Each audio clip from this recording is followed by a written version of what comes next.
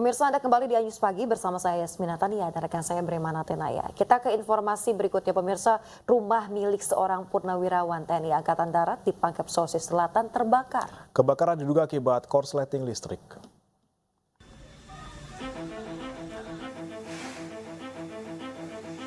Kepanikan melanda warga saat rumah milik Abdul Rashid, purnawirawan TNI Angkatan Darat di Jalan Andi Marudani, Kecamatan Pangkajene, Kabupaten Pangkep, Sulawesi Selatan, terbakar pada Minggu malam.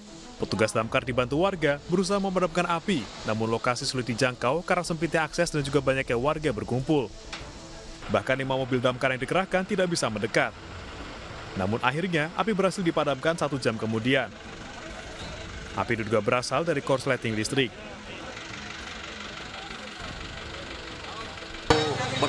Langsung berteriak parah sih. Dilihatnya di kamar depan kamar ruangan tamu di luar. Tapi kemungkinan bukan ruang dapur situ. Ini berawal oleh pemilik atas nama Abdul Rashid. Kebetulan dia seorang purnawirawan TNI Angkatan Darat.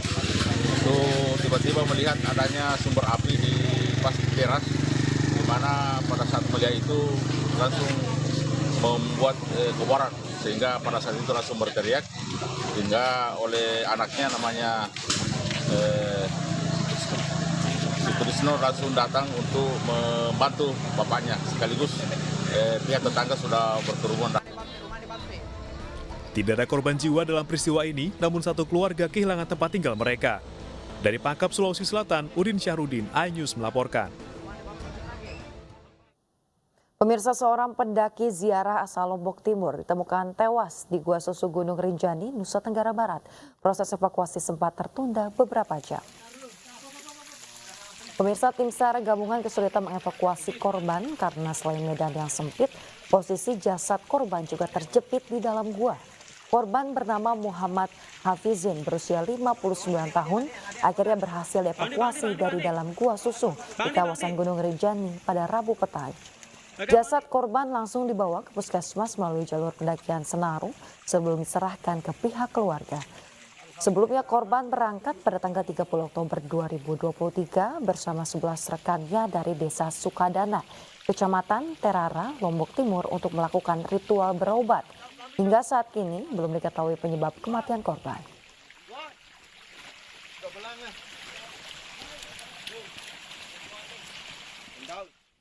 Pemirsa, seorang pekerja instalasi listrik tewas saat pemasangan jaringan listrik di atas gedung berlantai 3 di Kota Padang, Sumatera Barat.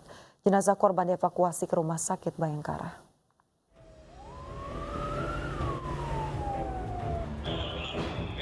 Sebanyak 6 orang personil dari Basarnas Kota Padang dikerahkan ke lokasi kejadian pekerja tersengat listrik di Kota Padang, Sumatera Barat. Dalam peristiwa ini, 1 orang pekerja pemasangan jaringan listrik yang berada di atas lantai 3 sebuah gedung perkantoran tewas seketika akibat tersengat listrik bertegangan tinggi. Warga Cianjur, Jawa Barat ini tak dapat diselamatkan usai tangannya menyentuh seutas kabel yang dalam kondisi terkelupas dan membuat korban tewas di lokasi. Korban tersengat arus listrik yang berada di instalasi jaringan komunikasi tersebut. Sekarang korban sudah berhasil kami evakuasi menggunakan teknik rolling sistem dan korban kita evakuasi ke Rumah Sakit Bayangkara. Jenazah korban selanjutnya dibawa ke Rumah Sakit Bayangkara Polda Sumatera Barat guna proses visum dan diserahkan kepada pihak keluarga. Dari Padang, Sumatera Barat, Budi Sunandar, iNews melaporkan. Pemirsa, 3 pekerja meninggal dunia tertimbun galian ambrol di Wonosobo, Jawa Tengah pada Kamis sore. Mereka tertimbun saat membuat gorong-gorong untuk saluran drainase.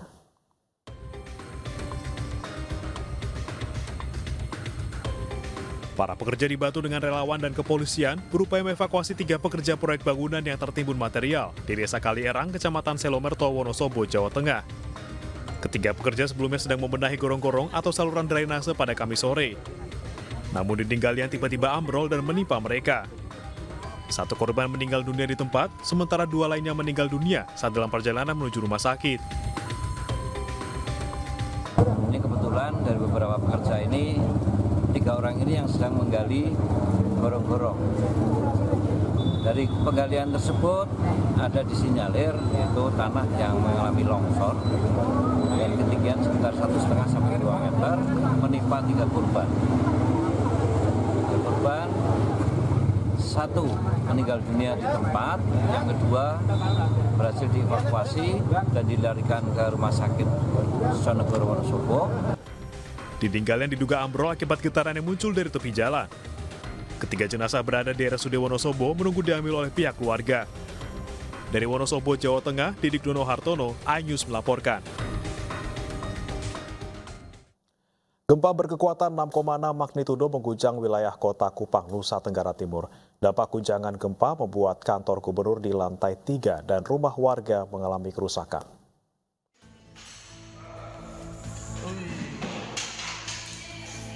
Beginilah kondisi kerusakan ruangan kantor di Kupang, Nusa Tenggara Timur akibat gempa. Dinding bangunan utama pada lantai 3 kantor gubernur mengalami retakan. Selain itu, sebagian plafon pun runtuh. Hingga kini belum ada laporan terkait korban jiwa akibat gempa tersebut. Sementara itu, gempa yang terjadi pagi tadi juga membuat warga Kupang panik serta berlarian keluar rumah untuk menyelamatkan diri. Kerusakan di bagian dalam ada tidak? Bagian dalam cuman ada satu saja, tapi itu AC. AC kita ini kan gantung di plafon. Nah, karena goyangan itu dia cuma terlepas. Pihak BMKG menyatakan gempa tersebut dirasakan warga di Kota Kupang, Kabupaten Kupang, Timur Tengah Selatan, dan Rotendao. Adapun gempa susulan dengan skala kecil terjadi 2 kali. Sebelumnya gempa bumi dengan kekuatan 6,6 magnitudo berpusat di darat dengan jarak 24 km tenggara Kupang. Dari Kupang, Nusa Tenggara Timur, Emmanuel dan Fabianus Bengi, iNews melaporkan.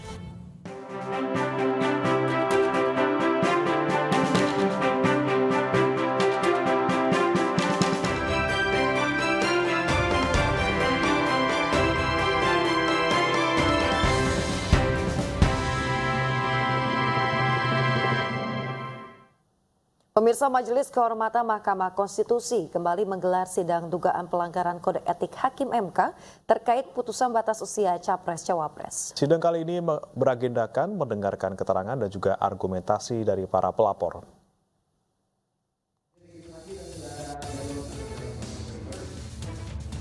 Sidang lanjutan dugaan pelanggaran kode etik Hakim MK kembali digelar di Gedung MK Jakarta Pusat kemarin. Sidang bersifat terbuka dan dipimpin Ketua Majelis Kehormatan MK Jimli Asidiki. Sejumlah pelapor yang diperiksa menilai putusan MK terkait dengan syarat usia minimal Capres-Cawapres tidak sesuai dengan undang-undang dan harus batal demi hukum. Putusan dianggap menguntungkan pihak tertentu, khususnya Cawapres Gibran Rakabuming Raka.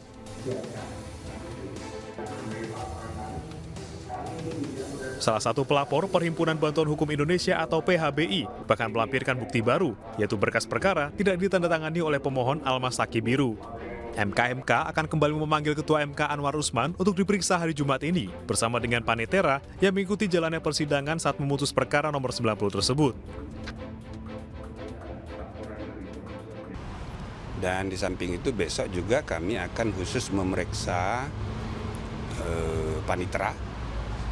Dan terakhir sekali nanti sekali lagi dengan Pak Ketua. Kita undang lagi untuk kande yang pertama dan yang terakhir karena paling banyak akan Pak Ketua. Jadi tidak cukup hanya satu kali. Kita harus beri kesempatan dia klarifikasi karena rata-rata laporan itu ekstrim semua. Termasuk untuk hari ini Pak Saldi, Pak Arif Hidayat itu diminta supaya diberhentikan juga. Total 21 laporan diterima MK dalam dugaan pelanggaran kode etik ini. MK akan melakukan rancangan putusan pada 6 November mendatang karena putusan atas perkara tersebut akan dibacakan pada tanggal 7 November mendatang. Dari Jakarta, tim liputan iNews melaporkan. Pemirsa, Bacawa Pres Partai Perindo Mahfud MD yakin Majelis Kehormatan MK dapat memberikan sanksi yang sesuai terhadap Hakim MK apabila terbukti adanya pelanggaran etik. MK dinilai mampu memutuskan penanganan dugaan pelanggaran etik sesuai dengan tuntutan rasa keadilan dan juga tuntutan hukum. Pemirsa, di tengah bergulirnya sidang kasus dugaan pelanggaran kode etik putusan MK soal syarat usia minimal Capres-Cawapres, TPN Ganjar Mahfud meminta Majelis Kehormatan MK dapat menjatuhkan sanksi yang sesuai jika Anwar Usman dan kawan-kawan terbukti melanggar kode etik. Bacawa Pres Partai Perindo Mahfud MD berpandangan MK memiliki kredibilitas dalam penanganan perkara ini. MK dinilai paham apa yang harus diputuskan yang sesuai dengan tuntutan rasa keadilan dan juga tuntutan hukum. Ya silakan aja lah, itu kan majelis MK-nya itu menurut saya cukup kredibel, tahu apa yang harus diputuskan yang sesuai dengan tuntutan rasa keadilan dan tuntutan hukum juga. Polemik putusan Mahkamah Konstitusi soal batas usia Capres-Cawapres berbuntut panjang. Mahfud MD menilai hak angket hanya diberikan untuk pemerintah. Namun demikian, menurut Mahfud hal tersebut bisa saja digulirkan terkait putusan MK.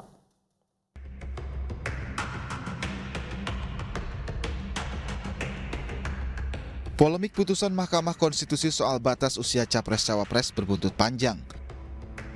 Kali ini datang dari anggota fraksi PDI Perjuangan Masinton Pasaribu yang mengajak seluruh anggota DPR RI menggunakan hak angket terhadap Mahkamah Konstitusi. Masinton menilai putusan MK soal batas usia Capres-Cawapres adalah sebuah tragedi. Putusan MK bukan lagi berdasar dan berlandas atas kepentingan konstitusi. Putusan MK itu lebih pada putusan kaum tirani, saudara-saudara. Maka kita harus mengajak secara sadar dan kita harus sadarkan bahwa konstitusi kita sedang diinjak-injak. Kita harus menggunakan hak konstitusional yang dimiliki oleh lembaga DPR. Sementara itu bakal Cawapres Ganjar Pranowo Mahfud MD menilai hak angket hanya diberikan untuk pemerintah. Namun demikian, menurut Mahfud, hal itu bisa saja digulirkan terkait putusan MK. Kalau menurut aturan angket itu untuk pemerintah. Tapi silakan aja, kan DPR nanti bisa improvisasi tentang siapa yang akan diangket. Kita tidak boleh ikut campur.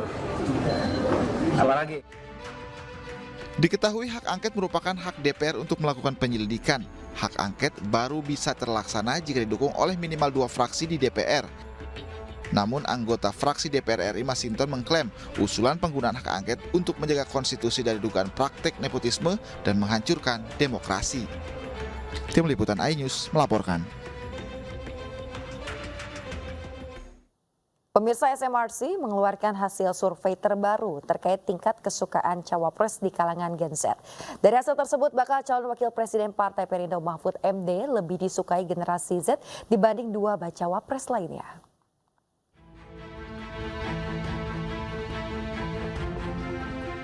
Bakal calon wakil presiden Partai Perindo Mahfud MD lebih disukai generasi Z yang akan menjadi pemilih pemula pada Pilpres 2024 mendatang dibanding cawapres lain. Hal ini terpotret dalam hasil survei yang dirilis SMRC. Pendiri SMRC, Saiful Mujani menjelaskan, SMRC ingin mengukur segmentasi generasi terhadap bacawa pres yang telah didaftarkan ke Komisi Pemilihan Umum. Salah satu segmen yang paling disorot adalah generasi Z dan milenial yang angkanya cukup besar sebagai pemilih di Pilpres 2024. Dalam data yang dipaparkan, tingkat kesukaan Mahfud MD mencapai 83%, sementara Gibran mendapatkan angka 78%, sedangkan Muhaimin Iskandar memperoleh angka sebesar 61%. Survei SMRC ini dilakukan pada tanggal 2 hingga 8 Oktober 2023. Survei melibatkan sebanyak 1.620 responden. Tim Liputan iNews melaporkan. Sejumlah media luar negeri menyoroti politik dinasti Presiden Jokowi. Pemberitaan dunia menyebut demokrasi di Indonesia mengalami kemunduran dengan majunya putra sulung Jokowi Gibran Rakabuming Raka sebagai Cawapres 2024.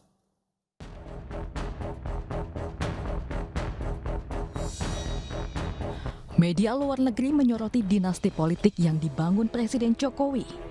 Pemberitaan dunia bahkan menyebut demokrasi di Indonesia mengalami kemunduran dengan majunya putra sulung Jokowi, Gibran Rakabuming Raka sebagai Cawapres 2024.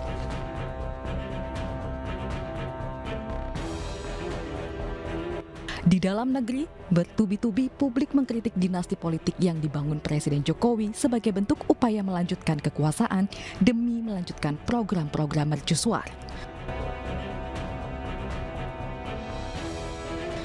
Putusan MK dinilai sebagai antitesis demokrasi dan mencederai lembaga MK itu sendiri sebagai lembaga tinggi negara. Nyatanya, ketukan palu Anwar Usman mengantarkan sang keponakan Gibran Rakabuming Raka ke pintu gerbang Pilpres 2024. Amnesty International Indonesia menilai independensi Mahkamah Konstitusi mulai rusak setelah pernikahan Ketua MK Anwar Usman dengan Idayati yang merupakan adik Presiden Jokowi.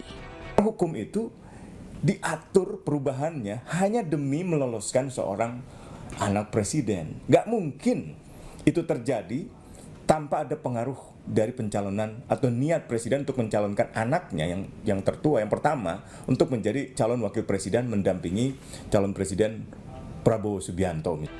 Kini, narasi netralitas yang dilontarkan Jokowi pun dipertanyakan publik.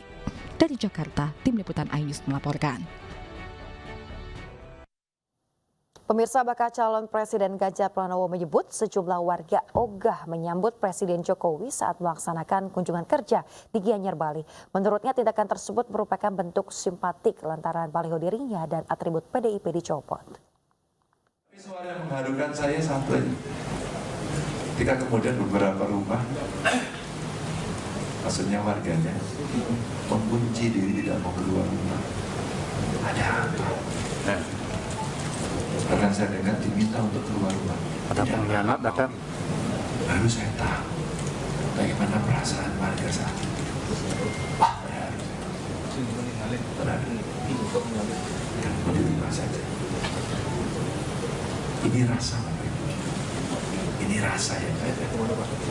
Maka saya sampaikan, inilah modal sosial kita sebenarnya. PDI Perjuangan bersama rakyat benar-benar. Kalangan pondok pesantren di Jombang, Jawa Timur memiliki harapan tinggi terhadap pasangan Capres dan Cawapres Ganjar Pranowo Mahfud MD. Salah satu yang menjadi harapan adalah penegakan hukum.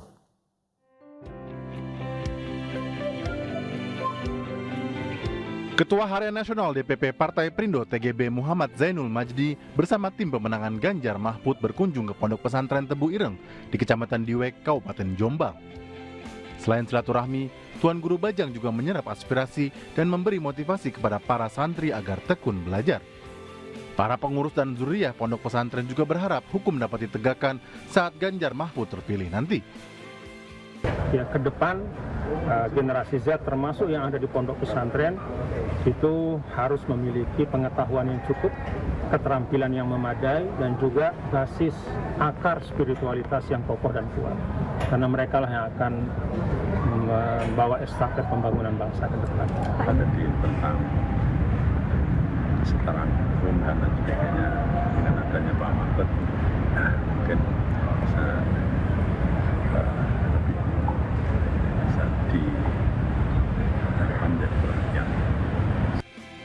Dalam kunjungannya ke Jombang, TGB juga bertemu dengan pengasuh Pondok Pesantren Al-Aziziyah, Kiai Haji Abdul Muiz Aziz Masyuri di Desa Denanyar, Kecamatan Jombang. Safari politik tersebut bagian dari menyerap aspirasi dari kalangan pesantren untuk kemajuan santri dan pesantren saat Ganjar Mahfud terpilih memimpin bangsa. Dari Jombang, Jawa Timur, Muhtar Bagus iNews melaporkan. Pemirsa, perkumpulan ulama dan kiai di Bogor dan Bekasi, Jawa Barat, jaringan Al-Lusunnah wal Jamaah Indonesia sepakat mendukung pasangan Ganjar Pranowo Mahfud MD untuk memimpin Indonesia di periode 2024 hingga 2029 mendatang. Dukungan itu disampaikan dalam halaqah kebangsaan yang digelar di Pondok Pesantren Sunan Derajat Al-Qasimiyah, Pamenggar Sari Parung, Kabupaten Bogor, Jawa Barat. Halaqah kebangsaan diadakan untuk memusyawarahkan ihwal pemimpin terbaik untuk bangsa Indonesia yang diikuti oleh para pimpinan Ponpes di Bogor dan Bekasi. Pimpinan Pondok Pesantren Sunan Derajat Al-Qasimiyah, Buya Munawir Al-Qasimi, mengatakan Ganjar Pranowo Mahfud MD adalah pasangan paling ideal untuk memimpin Indonesia dan sangat dekat dengan kalangan pesantren. Pak Ganjar itu adalah diambil menantu kiai. Kiai di dalam mencari seorang menantu itu nggak sembarangan, harus musyawarah dan istikharah. Dan akhirnya Pak Ganjar ini adalah sampai kemudian dia menjadi anggota DPR, kemudian menjadi pemimpin jadi gubernur dan dekat sama ulama. Karena memang keluarga-keluarga mereka adalah ulama. Pak Mahfud MD adalah memang beliau adalah keluarga menantu-menantunya kiai, dia juga seorang santri. Nah inilah kita ini, maka saya mengajak bahkan daripada keluarga-keluarga wali.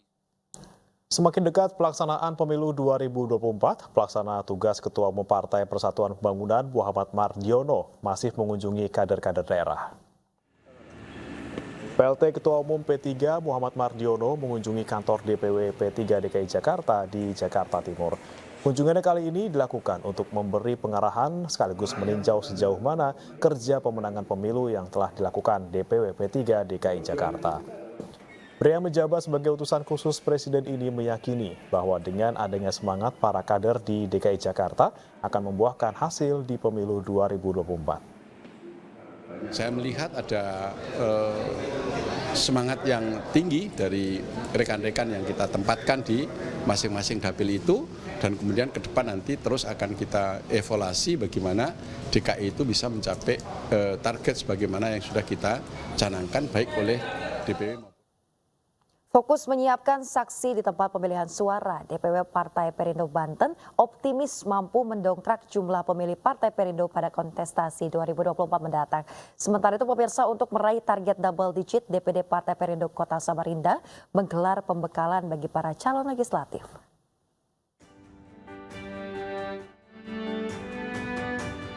DPW Partai Perindo Banten gelar konsolidasi bersama DPD Partai Perindo seprovinsi Banten.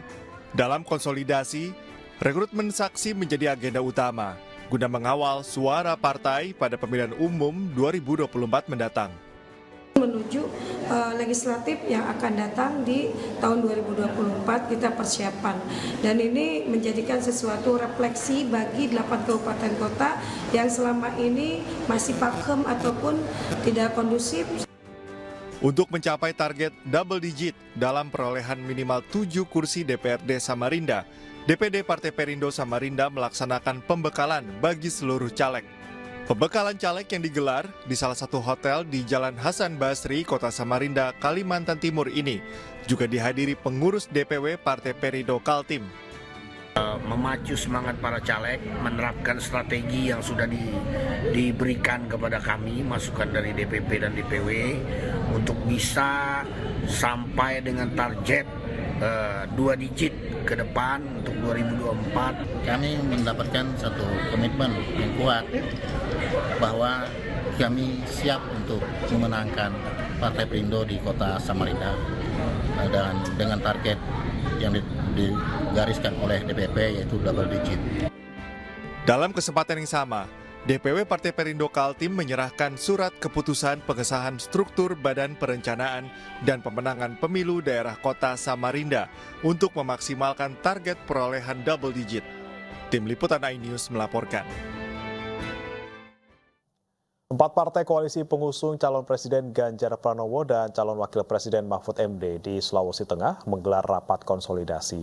Rapat digelar untuk menerapkan langkah-langkah konkret dalam memenangkan Ganjar Mahfud pada kontestasi pemilihan Presiden 2024 mendatang.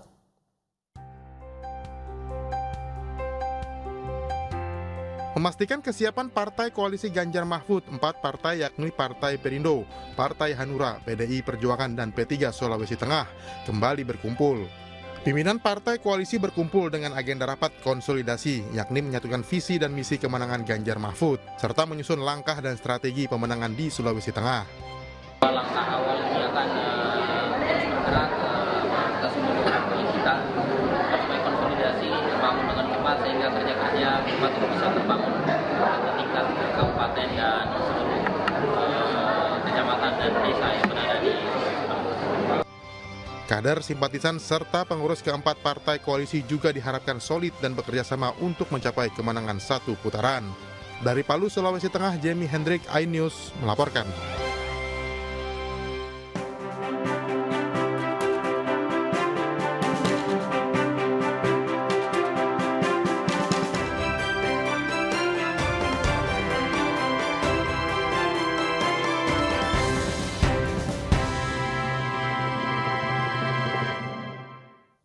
Pemirsa, calon tunggal Panglima TNI Jenderal Agus Subianto menyatakan kesiapan menjalani uji kelayakan dan juga kepatutan. Uji kelayakan dan kepatutan digelar menunggu keputusan pimpinan DPR dan Badan Musyawarah DPR RI.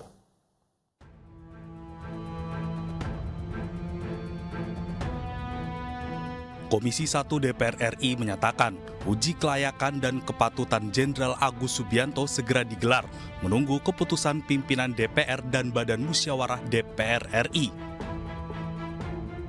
Kalau di Komisi 1-nya sih insya Allah cepat, rapat internal sebentar, lalu kita putuskan lagi jadwalnya, tinggal nunggu dari Bamus. Sementara Jenderal Agus Subianto, calon tunggal Panglima TNI yang dipilih Presiden Jokowi, menyatakan kesiapan menjalani uji kelayakan dan kepatutan. Bahkan Jenderal Agus telah menyiapkan sejumlah program. Saya akan merevisi lah doktrin ya, karena doktrin yang kita gunakan ini masih doktrin yang lama. Sedangkan sekarang jadi kita doktrin harus mengikuti bank listra yang ada. Jenderal Agus Subianto sendiri baru sepekan lalu dilantik oleh Presiden Jokowi sebagai Kepala Staf Angkatan Darat. Dalam sepekan naik jabatan, mantan Komandan Pas Pampres Jokowi ini akan menggantikan Laksamana Yudo Margono yang akan memasuki masa purna tugas pada 26 November 2023. Perserikatan Bangsa-Bangsa mengutuk serangan Israel atas warga sipil Palestina. Informasi akan hadir usai jeda berikut.